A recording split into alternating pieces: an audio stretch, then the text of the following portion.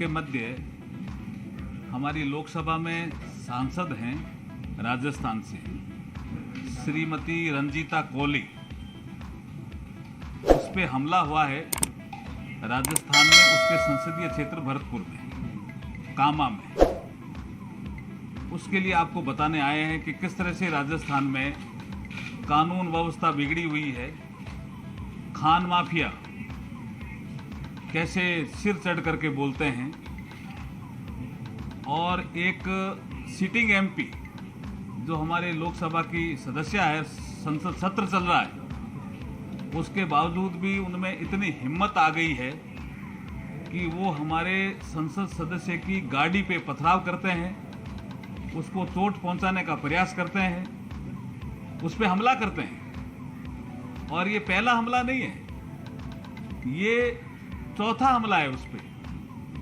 राजस्थान की सरकार कानून व्यवस्था के मामले में बिल्कुल लचर हो गई है, बिगड़ गई है कानून व्यवस्था। उनके हाथ में कुछ नहीं बचा है। दो गुटों में बंटी हुई सरकार, और दलितों पे अत्याचार बढ़ गए, महिलाओं पे अत्याचार बढ़ गए। आप सबके सामने एक बात कहना चाहती हूँ कि राजस्थान की सरकार ने जिस तरह से आज हमारी लोकसभा की सदस्य रंजीता कोली के साथ जो दुर्व्यवहार हुआ, और ये चौथी बार जो हुआ, उसके बावजूद भी राजस्थान के प्रशासन ने कोई सुरक्षा का इंतजाम नहीं किया।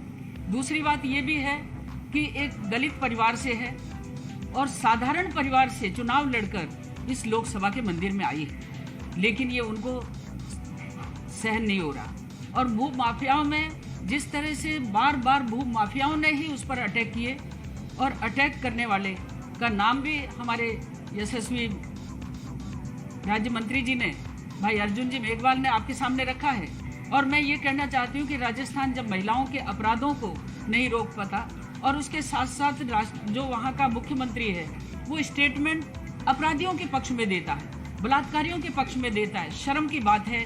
और हम ये मानते हैं कि जो रंजीता कोली जी हमारी माननीय सांसद है, उसके प्रति जो अन्याय हो रहा है, जो दुर्व्यवहार हो रहा है, उसकी जान को भी खतरा है, क्योंकि चौथा अटैक और चौथी बार उसके पर जो हमला हुआ, इसकी घोर निंदा करते हैं। और साथ ही ये भी हम राजस्थान की सरकार को चेताना चाहते हैं कि यदि महिलाओं पर इस तरह के अत्याचार बढ़ाते रहे तो इनकी सरकार को दफन होने में भी देर नहीं लगेगी। राजस्थान के अंदर स्थिति नियंत्रण से पूरी बाहर है। अब वो अपने दिन गिन रहे हैं, लेकिन उसमें राजस्थान की जनता पिस रही है। आप चिन्हित करिए कि किस तरह के हमले हो सकते हैं। वो सभी राजस्थान के अंदर हो रहे हैं। जहाँ पूरे देश के अंदर शांति का माहौल है, वहाँ राजस्थान के अंदर उपद्रवी काम कर रहे हैं, चाहे वो पीएफआई की एक्टिविटीज़ हो।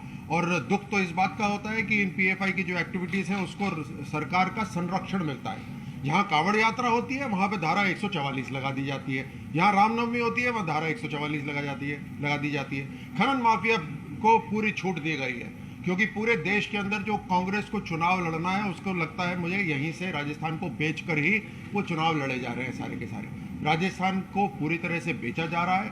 अवैध खनन माफिया काम कर रहा है, और हर किसी कानून का पालन करने वाले इंसान के ऊपर हमला हो रहा है। वो डरा हुआ है। महिलाएं, बहनें, बेटियां सब डरी हुई हैं। भयावह स्थिति है। आप देख रहे हैं कि हर दिन वहाँ बलात्कार हो रहा है। पूरे देश के अंदर अगर नंबर 1 राज्य कोई है बलात्कार के अंदर तो राजस्थान है। इसमें दुख होता है हम सब राजस्थान वासियों को, लेकिन ये स्थिति है आज की तारीख के अंदर। और उसमें मुख्यमंत्री कहते हैं हमने FIR कर दी, हमारी जिम्मेदारी खत्म हो गई। इस तरह की किसी को भी बचाने का अगर बयान दिलवाना है तो वो मुख्यमंत्री दे देंगे। अभी वहाँ पर बलात्कार हो रहे हैं तो कहते हैं ये फांसी की सजा हो रही है ना, इस वजह से हो रहा है। जब करौली के अंदर हमले होते हैं, दंगे होते हैं तो कहते हैं वो तो जय श्री राम का नारा लग रहा है इसलिए हो रहे हैं। जब कन्हैया की गर्दन काट दी जाती है तो कहते हैं ये तो साधारण हत्या है। तो इस तरह की स्थिति बना रखी है राजस्थान के अंदर। हमें बहुत